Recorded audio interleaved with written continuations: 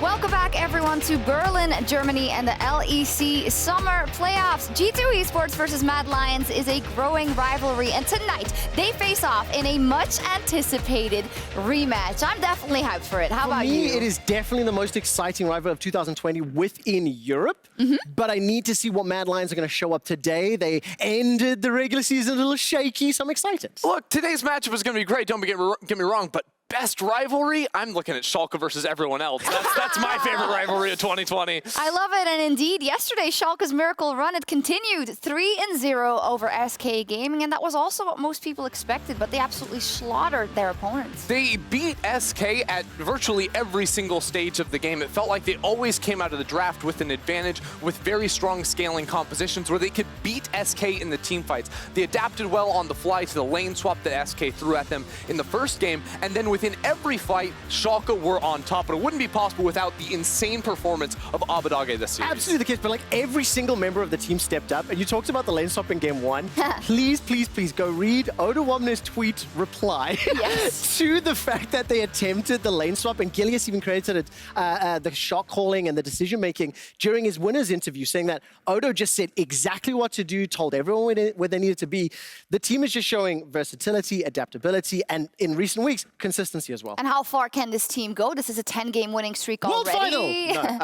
No, I guess we don't know, so you can only say that with the way they're playing right now. The thing I do want to jump on, like Ender actually said this yesterday during the cast, that we don't right now know who the best team in Europe is. You know, we're coming into the playoffs, we still need to see 4 out of the 6 teams competing, and the way Schalke are playing, there may be a conversation, right? We'll have to see today in tomorrow's series, but that will answer how far they can go. Let me put it differently. We'll get to it in a second, but they could get to Worlds. I would be very happy if Schalke was a representative at Worlds with the way they are playing at this point in time. That's all I'm going to say. Yeah, Schalke are playing in really phenomenal form, and I have to shout it again, Abadage, the Kia player of the series. I'm so hyped. He was the player of the series, and I feel like he just sort of embarrassed us. He was smashing him in lane, finding solo kills, his Azir ultimates, perfect timing on those in the fights around the Baron pit. The stats speak for themselves, but this is a player that I thought I knew how far he could go, but he continues to prove every single game that his ceiling is just higher than what we thought. The team doesn't have a ceiling. They blew the roof off many, many games ago. The thing that I really like about Abadage, drawing target bans, doing it on a multitude of different champions as well, so he's showing that he can carry with these stats and this performance regardless of the pick he's put on. Exactly. Wonderful performance by Schalke. That does mean that SK are now out of playoffs, and Schalke, they need one more win to secure Worlds, Trevor. They absolutely do. And when you look at the playoff bracket, obviously for Mad Lions, G2, and Fnatic, only one win needed to secure that world spot in the upper bracket. But they're also playing for championship. They're playing for the title. And of course, the lowest seed of the 2 losing teams from today and tomorrow will then face Schalke next Friday. So let's say that G2 and Fnatic lose, which I actually tweeted about earlier. Fnatic would then play Schalke on Friday of next week. The winner would then advance to Sunday's match. They would also guarantee they attend Worlds because their worst placement will be 4th. But whoever wins Friday and then Sunday next weekend also makes it to championship weekend for a shot at the title, a shot at the top 3. And right now, you asked the question earlier, where will Schalke go? I'm kind of thinking they might have a good shot at making Sunday's game at least. And making Worlds, and that's making me nervous for everyone else. They also tweeted about it. I mean, can you imagine if Mad falls out because they didn't win versus Rogue in that last game and then they get kicked out by Schalke or something like that? My mind's been going crazy, but we'll see how everything plays out. And before we get into today's action, let's also take a chance to preview tomorrow's important series between Rogue and Fnatic. Flash to get out of here, and Torre is left all on his lonesome, but an incredible quickness into the knockback. Goodbye, Excel. Patrick gets taken out by Reckless. It's a triple for him. You're fighting through like what goes well, what goes right, and it's all a matter of finding, okay, this is our recipe for success and expanding from there. Remember, the Emperor's Divide is going to do so much work. Shadow's already gone. There's 2 as Kaiser falls, and Finn is still stepping into Kazi. Flashes off towards the back. Banda able to survive. There comes the damage. Kazi I really don't care what other people think about us. We're not Mad Lions, we're not G2, we're Rogue, right? We play our game. I just want to win, and that's all. They don't care what anyone thinks. They sure do mention it a lot. I love it. But they are first seed, so nobody can take that away from Rogue. They've played absolutely phenomenally, and they are going into that best of 5 tomorrow as the first seed, and Fnatic as the 4th seed. And is that saying it all? No, you can't say it all. There's not enough time to say it all. I do think, though, having that little bit of the chip on the shoulder is to a degree justified, right? We even started calling them the forgotten first place team when push came to shove at the end of the regular season. Rogue's consistency and the fact that they do not drop the ball in the later half of the split is why they took the highest seed coming into playoffs. And the huge thing about Rogue is that they latched onto a style that worked for them very early on into the split. They're a team fight team, they're an objective-focused team led by Inspired in his early game priority around objectives like the Rift Herald or the Dragons, but they are so good at fighting around these points on the map, and they're just better at it. It's a standard way to play League of Legends, but there is no team in the LEC that can do it better than them now. The thing that really made me laugh is throughout the entirety of the regular season, we heard every single coach and player saying, we don't really fear them. We're not concerned about Rogue, right? Yeah. They take the #1 seed and they show that you legitimately have to be better than Rogue, be able to beat their baseline or surprise them. Not many people did. I want to see how that translates to best of 5s, and I'm very excited to see if they can keep that performance. Yeah, I'm hyped to see their possible growth in those best of 5s, because this roster has been phenomenal and really has a set identity. They know how to win games. Fnatic on the other side, they have no idea how to win games right now. No, they've been trying to figure it out every single week, because it felt like every 2 weeks or something they would bring a new strategy that was revolutionary, like the Soraka in the bot lane and the Graves in the jungle, or the Kha'Zix for self-mid later on. Later on, it was the Pyke for Hylissang, but they never found something that consistently worked for them. Their players have been very inconsistent, so they need to have taken these last 2 weeks to get a good read on what works for them. Otherwise, it's just going to be the same old story of coming to something random and it doesn't work. The thing about the inconsistency, though, it gives me that tingle in my tummy that says you cannot forget Fnatic and their history and the caliber of the players. We have seen what they can do, and we have seen that if that revolutionary concept does manage to land, they are able to win. The thing is, I think we need to see that inconsistency, first of all, balance out, and they have to find something that works early. If they don't win against Rogue in games 1 or 2, I think Rogue can steamroll the game because their baseline is just so much higher. Absolutely. We'll see tomorrow, and while the action continues here in the LEC, we also have some regional clashes at the EU Masters, and here is what is to come over the next couple of weeks. Hey everyone, and welcome to the EU Masters, where we pit the very best ERL teams against one another while showcasing up-and-coming European talent. 12 regions will compete to decide who will reign supreme over Europe, so be the first to scout and the first to cheer. Let's get right into it. EU Masters begins with the play-in group stage, where all regions will have at least one team represented, with a total of 16 teams divided into 4 groups. Here, each team will play against other teams in their group twice, with the top 2 seeds moving on to the play-in knockout stage. The winners here will move on to the group stage, where 12 teams have already pre-qualified. This group stage is where the teams will compete in a double round robin, with the top 2 teams advancing to the knockout stage. From September 15th to 16th, like before, top seeds will play against the second-seeded teams from other groups in a best-of-3, with winners moving on to the semi-finals. Here, the final 4 teams will play a best-of-3 and fight for their spot in the finals, where it'll be a best-of-5 to determine the next EU Masters champion. Each season, fresh talent explodes onto the Rift. The likes of Nemesis, Kazi, Selfmade and Humanoid all rose up through the EU Masters. But who will be this year's champion? Who will be the next breakout player to make it into the LEC? Join the ride, tag along, and witness history in the making. Bye for now. And hello for now. That was a fantastic video. Thank you for the voiceover, Caedrel. You asked the question, who will be the champion? Who is the next superstar? Well, the play-in stage has finished, and the groups are now decided for the summer edition of EU Masters. LDLC are the returning defending champions. And get this, they're in the same group as Quickshot Esports. So raise your Polskie Górums. They are back. The rematch of the finals is kicking things off straight from the group stage. There are a bunch of returning names, Misfits Premier, Giants Gaming, Origin, Fnatic, Gamers Origin, and all of these teams will be competing on the group stage starting on Monday, which we're going to be broadcasting right from here in Berlin. The games will be played out online, and the English version of the broadcast will be from the studio here in Berlin, as I've already mentioned. If you want to watch every single game, head over to twitch.tv/EU Masters. They run Monday through Thursday. There'll be a small break until after the LEC finals, where Group Stage 2 will then lead into the quarterfinals and the finals. Bringing us back to LEC, though, let's head to the analyst desk and take a deeper look at some of the jungle picks impacting the first rounds of playoffs. Thank you very much, Trevor. And a lot of the talent that has risen up through the regional leagues will be playing today, which is super interesting. I also want to welcome Caedrel to the desk, XL's jungler, but also a formidable analyst. Thanks for having me. No problem at all. And we have a bit of a jungle duo going on between Ender and Caedrel, so hopefully we'll get a lot of deep insight. And let's dive straight into it. Junglers on patch 10.16. We saw a couple of interesting things yesterday already, Caedrel. What caught your eye? Hecarim, it has to be Hecarim. This champion got buffed on 10.16. He's got so much healing with his W. He has really good gank setup. His clear is one of the fastest in the games, and in teamfights he's a monster. If you watch Gilius in these teamfights, it's crazy how you can just hold the Hecarim ult and you can use it as an escape when they're escaping, or you can use it as an engage. Yeah, and it can be so powerful too. He's one of the stronger scaling junglers. His itemization really helps him out in that way. His ultimate can wreak havoc on the backline. I feel like compared to a lot of other junglers, a Lee Sin, for example, a Volibear, the way he scales into the team fights is going to be much, much stronger because of that. Yeah, his scaling is so good. He can just sit on the talisman. He gets the Triforce, the Death Dance, items like these. It just makes him so strong. And when it comes to running around or setting up ganks, he always has the Ghost to help him out on his E. Makes his passive super strong. And I just think this champion, I don't know, there's no counters to it. Yeah, I mean, and the exact buff to that Hecarim was the E movement speed, which also then converts into attack damage thanks to his passive. You were also talking about earlier today, you found out, what was that about the phase rush? It gives you more AD than Conqueror? Yeah, so I think when you proc phase rush just based on Hecarim's passive, I think you get more attack damage than when you have a fully stacked Conqueror, which is crazy to me.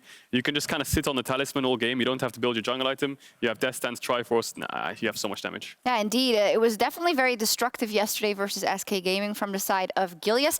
Someone else, that's not the right way to say it, I think, to talk about is Lilia. She was played once yesterday and she lost. So not OP, or do we just suck at her? I think we suck at her for now. I don't know. Trick's run on it was hard. He was also playing against the Hecarim, which isn't going to be easy. Lilia, in theory, has really strong early clear. She's super fast using her passive to get around the jungle as well. And as an AP jungler, is going to scale up really nicely later on. And there's a lot of cool things you can do in the early game because of the AoE on her camp. Yeah, this is just a game from Piosik, who played Lilia. You can see he starts Raptors. He knows Olaf starting on the bot side because he has a ward on his blue area. So he just takes Raptors, runs to the enemy Raptors, takes it in his face, and then after the Raptors, he goes to the Krugs. He has such fast clear. You can see Olaf's on his third camp. He's just taken the second camp after running halfway across the map.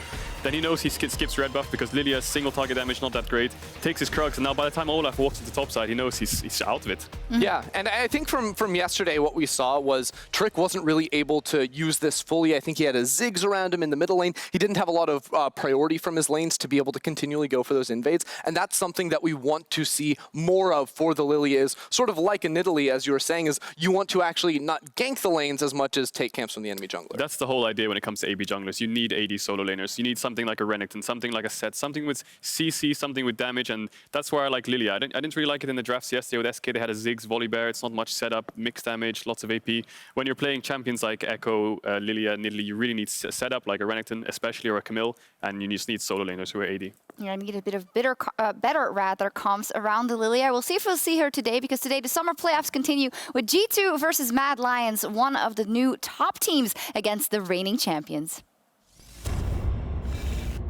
He can fly! You can't chase a flying void creature. And Febiven is caught out once again. And Kazi kills Febiven. The Rift walk forward. Humanoid's got one. Not gonna matter for the counter-strike. That's a double kill. When playoffs came in the first split, we scrambled a bit under the pressure. But ever since then, it's been on an upward slope. In every single game, we go into the game with the mentality that we need to have fun. And we will have fun. Quite amazing, to be honest. We only have positive feelings towards each other and towards the future. Brownie, gigantic damage onto Limit. GenX takes the blast code, and that's Crouch already down. He's blown up by Wonder. A kill for Perks. We went from being very confident and saying it doesn't matter how we end up the regular split to being, okay, are we actually that bad? What's going on? But now that we actually had 2 weeks of practice in a row where we actually could read the meta and learn about it and get comfortable on picks, I think it shows that we're like just playing way better.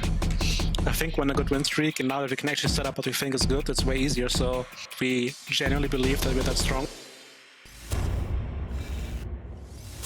The back-to-back-to-back champions G2 Esports with a slow start to the season, Caedrel, but really ramping up towards the end here. Yeah, you notice that through teams throughout the year, throughout the splits, they have these ups and their downs. I think some find it in the start of the split, some find it in the middle, some find it in the end, like Mad Lions, for example. But G2, I think at the start of the split, they came in maybe a bit overconfident. I think the meta wasn't really that good for them. There was so much diversity in the meta, and they didn't really find their form. But now that it's the meta's shifted into a more sort of G2 favored meta, and I think they've just stepped it up entirely. I think the last couple of weeks, they've been completely stomping. Yeah, and what we needed to see was sort of the individual player step up, because it felt like Caps was on form from week one and absolutely dumpstering everyone he was against. The rest of his team, after maybe winning a title last split, not having an MSI to go to, like maybe they needed more time to get into that. And I feel like week 6 through 8, they definitely started to step up, find their form, and are now looking really scary coming into today's series. They definitely are up against the Mad Lions. And Mad Lions, well, they only just entered the league in 2020 with this formation, and they took the LEC absolutely by storm,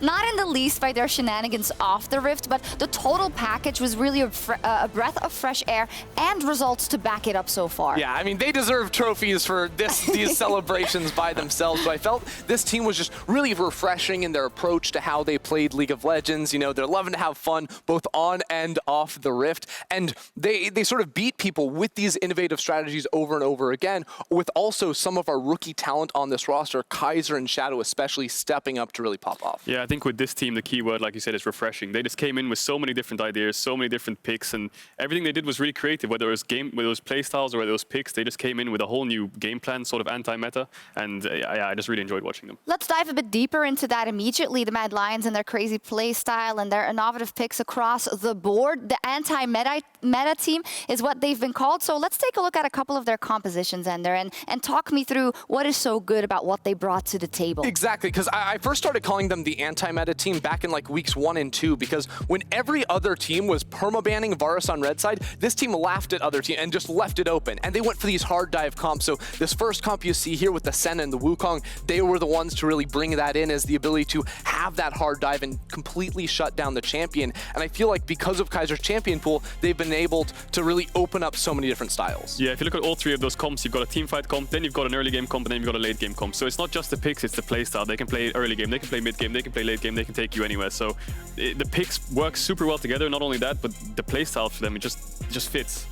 What makes you think that then they have teetered off a bit by the end of the split? We didn't see as much of those innovative picks and compositions coming out as we did, or they weren't as successful with them. What do you think caused that? And do you think best of 5s and 10.16 might bring them back to that? So I do feel like there is some element of like right away when you come into a split, a lot of teams are going to sort of have their own bubbles of what they actually think is going to be good. So every other team banning Varus, for example, they had their counter prepared. And I think over the course of the split, as the Varus starts to get nerfed and other changes get made to the game, as well as there's just more tape on the Mad Lions, the things they bring to the table aren't quite as surprising as they once were. Yeah, I think the whole meta shift, 10.15, 10.16, it just kind of got difficult to find out. I think you saw over in Asian regions, they're playing farming junglers and they're looking at Caitlyn, and so is Europe. Europe's looking at Caitlyn, Mao. They're looking at Senna, Kalista. So I think that it just needed more time. I think more time is what Mad Lions needed, and I'm excited for this series just based on the fact that hopefully they have a good meta read. Hopefully their anti-meta read is on point and they're going to bring out something new. That's the hope, that this becomes a banger of a series with some interesting picks. And one of the big innovators, of course, on the Mad Lions is their support. So let's see what he had to say earlier.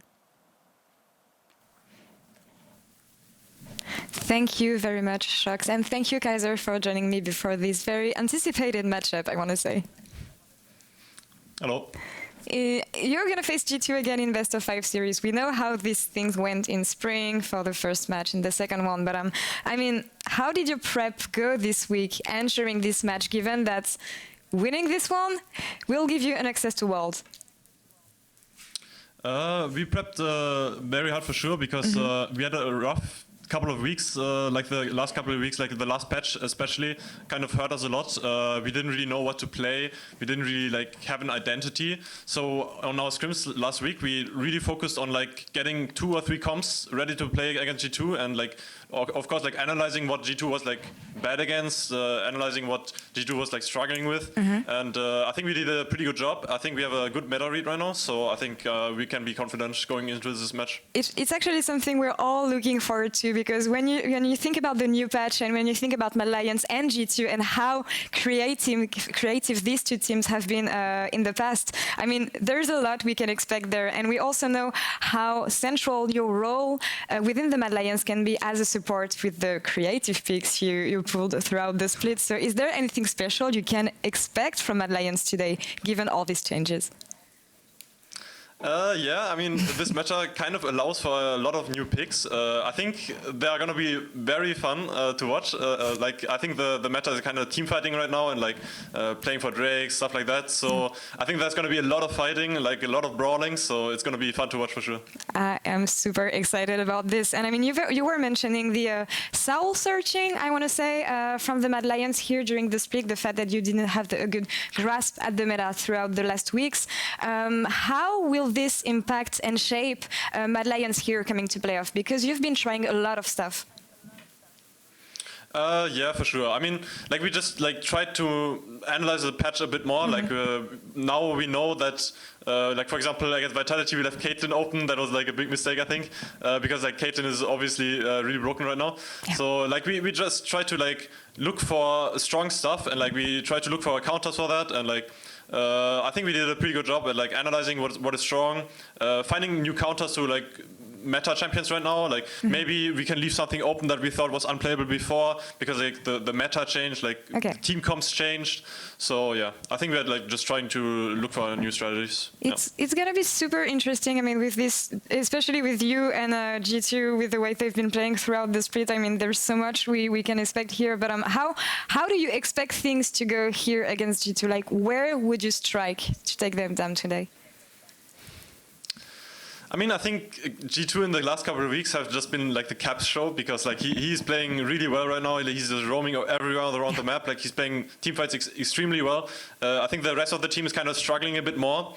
I think especially the bot lane or like Perks especially and sometimes Jankos as well. They're not playing as well as they used to. I think maybe in playoffs. I mean, of course they're always like playoffs beasts. So I'm still wary of them, that's for sure. But I think especially like judging from the last few weeks, I think we can attack them on those two fronts. All right, bot lane then, it is noted. Thank you very much, Kaiser, for the interview and good luck for the series against G2 today. Thank you. And back to you, Sjokz.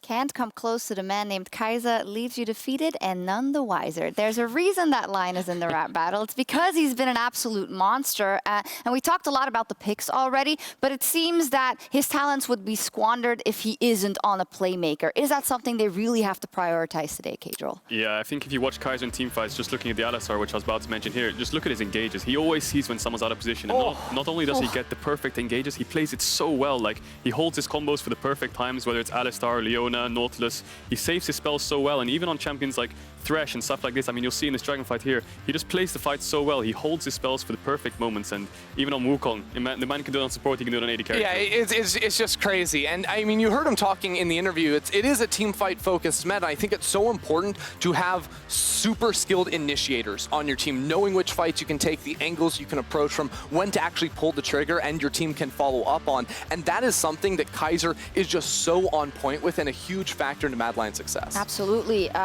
Been fantastic for the Mad Lions, and he said it in his interview already. What is the key to shutting down G2? Well, it's shutting down Caps in the mid lane. And yeah, there's no two ways about it. Caps has just been playing out of his mind. The thing is, I'm not even sure you can shut down Caps in the mid lane. Like, that's just how good he's been playing, because like this entire split long, the craziest thing to me is that for so long it's been, yeah, we know Caps is the best mid laner in Europe for the last 2, 3, however many years, but he always had an insane team around him. This split, he did not have an insane team around him. They were not performing at the level they needed to, and yet he still had these 1v9 montage performances almost every game. Once Caps is unlocked, he just takes over side lanes. Whether it's he's solo killing your mid, taking plates, he goes to sides, he forces you to lose waves, he dives you, he does whatever he can, and it all comes down to just Jankos and Mickey playing so well in early game and just making sure Caps is able to do what he wants. Yeah, I think that's always important to mention because Caps has been playing out of his mind. But in later weeks, the team has also stepped up around him. What do we make about this mid lane if we try and isolate it, which I know that's not how it goes in the game? What do you think of Humanoid in this point in time in this matchup versus Caps? See, this is where I feel like this matchup is the most favored for G2. And it's not to say that Humanoid isn't a bad player. He's a top 3, top 4 mid laner in our league. But I feel like he's a really cocky player. When he goes against someone, he's going to disrespect them. And he crushes most mid laners in our league. But I don't think that would work against a Caps. And I think that's something that can be exploited because we've seen in a lot of games throughout the split even, when his team helps him get a lead, he would then still get picked off, go for some really hypey plays, and that's something G2 won't let him do. Yeah, I feel like the key word is reliability here. I mean, if you look at Caps and Humanoid, they're both really strong in lane. They're both good at roaming. They both play the same champions, whether it's TF Galio or just a mage and scaling. And they both play teamfights pretty well. But Caps, when it comes to pushing sides, grouping up, being at the right place at the right time, he's just nailing it. I think that when it comes to Humanoid, maybe he missteps too much or he gets a bit cocky and throws his lead. But you know, when Caps is ahead, he's just going to take over. Yeah, he's going to take over the game. Nothing to do about it. A lot of information coming your way, but we also want to hear from everyone at home. Who will secure a spot at Worlds and make it to the next round in playoffs? G2 or Mad? Spam G2 or Mad in chat whilst I get the predictions from my analysts. Ender, do you want to go first? Who's going to win and why? I'll take this first. I'm going hard. I'm going confident. G2 3-0 today. If we're looking at the trajectories of these two teams, I feel like Mad Lions have stagnated through the split and G2 have only gotten better. With the confidence that Jankos and, Mickey have given me to step up around Caps, I feel like G2 have the ability to beat down Mad Lions mainly through that middle lane. I have to agree with Ender, although I do think Mad Lions might take one game just based on pure innovation. I feel like they might bust something out that G2 won't expect, so I feel like it's going to be 3-1 to G2. I think that G2's just found most of their form from last year. I think that they've really stepped it up, and I think the last couple of weeks have just showed, and I really think G2 is going to show up in this series. As we check in with the vote, 77% for G2, so it isn't just us, and I think it's easy to fall into that, but that's what people said before they played in playoffs the first time in spring. True. But the situation was just so different, Matt had none of their cards on the table. They were truly the underdogs. And look, that series went 5 games. It came down to an auto attack on the Nexus. That's true. So today is going to be fun. Don't take anything away from Matt. They won that fair. No, I was saying it was hype. It was hype as hell. Yeah. Give us more of that. And that's what we want. And exactly. Yeah, there we go. I think the G2 faithful have turned on because in the last weeks, G2 has been that strong. But I think Matt has something prepared for us. G2 and Matt have given us some epic battles so far in 2020. So let's see what this series will bring. This is the closest Europe has ever been in the history of 1 in 10. Why would anyone really believe in this team? Why am I still trying? Odoam is going to get taken down. I want the miracle run to happen. I don't think that it will. It wouldn't be a miracle run if it was easy. Abadage, who was jumped on first. That's a triple! When we were 0-8, people called me crazy in the team. Gilius, stop all of this. Impossible odds, and they do it.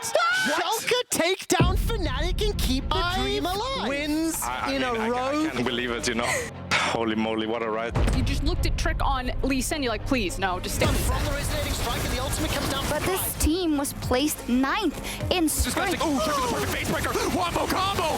SK, they're not taking from OG. And they are fighting to make playoffs. System performance, and I think we really got to see what Crownshot is made of. It's SK Gaming, I think they fly under the radar. My teammates play a huge part in why we are successful now. Fnatic look pretty bad right now. For Fnatic, it may be the very first time this team misses the playoffs. Fnatic gift wrapping a Baron for the Mad Lions. So anything but winning the split would be unacceptable for me. One of our sleeping giants seems to have woken up. What can he do? Trying to shut down the team. They're grouping up. They're getting absolutely murdered. They stepped up when it mattered. Worked out. We're top 4. We take those. Pretty bad. A lot of work to challenge top spot. Well, I said G2. dumpster fire. We never lost confidence. Even if we enter playoffs with 6th seed, we're going to win playoffs. G2 still have a lot left to prove for me. Stop it, but the Aphelios is down. The Tom Kench is down. You can do nothing. Caps, who, while his team has been absolutely terrible, has consistently carried. Larson caught out G2 playing at their own pace. Tempo.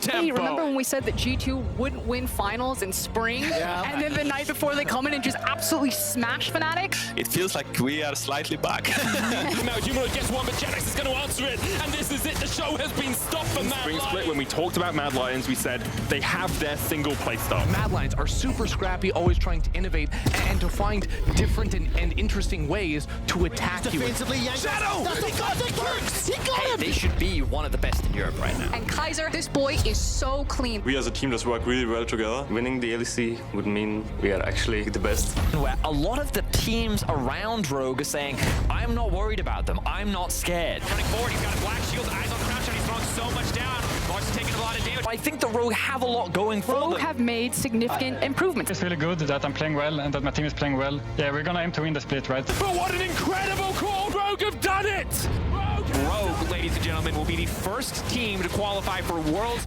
This is the closest the league has ever been, just ever. All freaking summer, we've been sitting here going, we think we know what's going to happen, and then we get surprised. This has been a crazy season, one for the history books. Came from. Never forget what you went through. Never forget all the work that you had to put in just to get where you going to. Don't let nobody come sit at the table that ain't trying to help out the whole crew. You know that most people just trying to link up because they want to take everything from you. Running it up, no looking back, making them plays, that is a fact. I'm on the way. Part of the grind is coming up strong and no coming back. Stay on the way. Don't get in the way because we bringing pressure. It ain't no slack. Stay on the grind. Stay on the grind for that masterpiece. Running it up, I'm going strong, not here to play. That is a fact. Stay on the move. Part of the grind, never give up. Ain't going back. Stick to the plan. Stick to the plan, bringing that pressure. It ain't no slack. Stay on the grind. Stay on the